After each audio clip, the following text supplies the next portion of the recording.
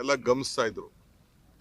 ನಾವು 24 hours ಒಂದು ನಿಮಿಷ ಕೂಡ ನಮ್ಮ ಅಧಿಕಾರಿಗಳು, ನಮ್ಮ ಡಿಸ್ಟ್ರಿಕ್ಟ್ ಮಿನಿಸ್ಟ್ರು, MLAಗಳು ಯಾರು ಮಲಗಲಿಲ್ಲ.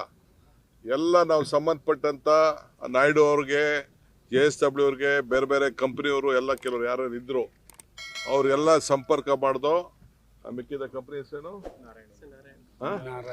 ನಾರಾಯಣ್ ಇಂಜಿನಿಯರಿಂಗು, ಜಿಂದಾಲು ಮತ್ತು ಇನ್ನೊಂದು ಹಿಂದೂಸ್ತಾನ್. 3 ಜನ ಕೂಡ ಪಾಪ ಕೆಲಸ ಮಾಡಿ ಎಲ್ಲ ನಮ್ಗೆ ಮಾಡಿ ವಿತಿನ್ 4 days ತಂದ್ರು. ನಮ್ಮ ಅದೃಷ್ಟಕ್ಕೆ ಡಿಸೈನ್ ಎಲ್ಲ ಕಂಪ್ಲೀಟ್ ನಮ್ಮ ಹತ್ರನೇ ಇತ್ತು. ಸೆಂಟ್ರಲ್ ಗೌರ್ಮೆಂಟು ಬೇರೆ ಬೇರೆ ಸ್ಟೇಟ್ ಎಲ್ಲ ಸೇರಿ ಅದನ್ನ ಮ್ಯಾನೇಜ್ಮೆಂಟ್ ಮಾಡಿದ್ರು ಕೂಡ ನಾವು ಅದನ್ನು ಜವಾಬ್ದಾರಿ ತೆಗೆದುಕೊಂಡು ಎಲ್ಲರೂ ಸಹಕಾರ ಕೊಟ್ಟರು.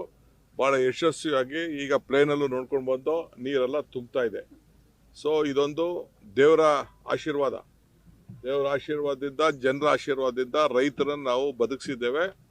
ತುಂಬಿದ ತಕ್ಷಣ ತಿರ್ಗಾ ಬಂದು ನಾವು ಅದಕ್ಕೆ ಯಾವ ರೀತಿ ಗೌರವ ಸಲ್ಲಿಸಬೇಕು ಆ ತಾಯಿಗೆ, ಗಂಗಾ ತಾಯಿಗೆ ಬಂದು ಪೂಜೆ ಮಾಡಿ ಯಾರು ನಮಗೆ ಸಹಕಾರ ಕೊಟ್ಟಿದ್ದಾರೆ ಅವ್ರಿಗೆಲ್ಲ ಸನ್ಮಾನ ಕೂಡ ಮಾಡಿ ನಾವು ಹೋಗ್ತೇವೆ. ಜೊತೆಗೆ ಸೆಂಟ್ರಲ್ ಗೌರ್ಮೆಂಟ್ ನಮ್ಮ ಡ್ಯಾಮ್ ಸೇಫ್ಟಿ ವಿಚಾರದಲ್ಲಿ ಕೆಲವು ಅಧಿಕಾರಿಗಳನ್ನ ಎಲ್ಲ ಡ್ಯಾಮ್ಗಳನ್ನ ಪರಿಶೀಲನೆ ಮಾಡಲಿಕ್ಕೆ ಒಂದು ಅವಕಾಶ ಇದೆ.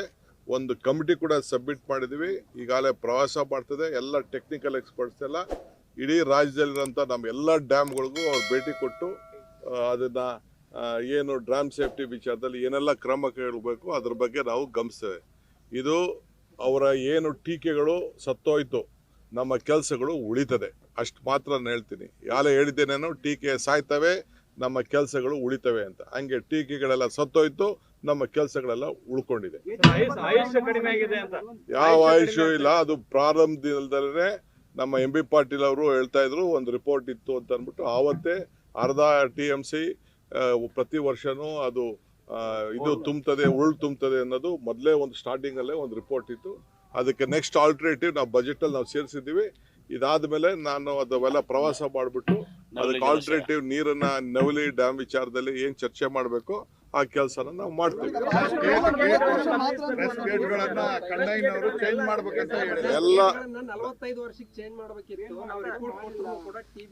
ಈಗ ನಾವು ಹೇಳ್ತಾ ಇದ್ದೀರಲ್ಲ, ಈಗ ನಾನು ಅದಕ್ಕೆ ನಾನು ಏನ್ ಹೇಳಿದ್ದು, ಡ್ಯಾಮ್ ಸೇಫ್ಟಿ ವಿಚಾರದಲ್ಲಿ ಒಂದು ಕಮಿಟಿ ಒಬ್ರು ಹೇಳಿದ್ ಮುಖ್ಯ ಹೇಳಿದ್ದಾರೆ. ಪಾಪ ನಾವು ಅದಕ್ಕೆ ಏನ್ ಮಾಡ್ಬೇಕು ಅದಕ್ಕೆ ವ್ಯವಸ್ಥೆನ ನಾವು ಮಾಡ್ತೀವಿ.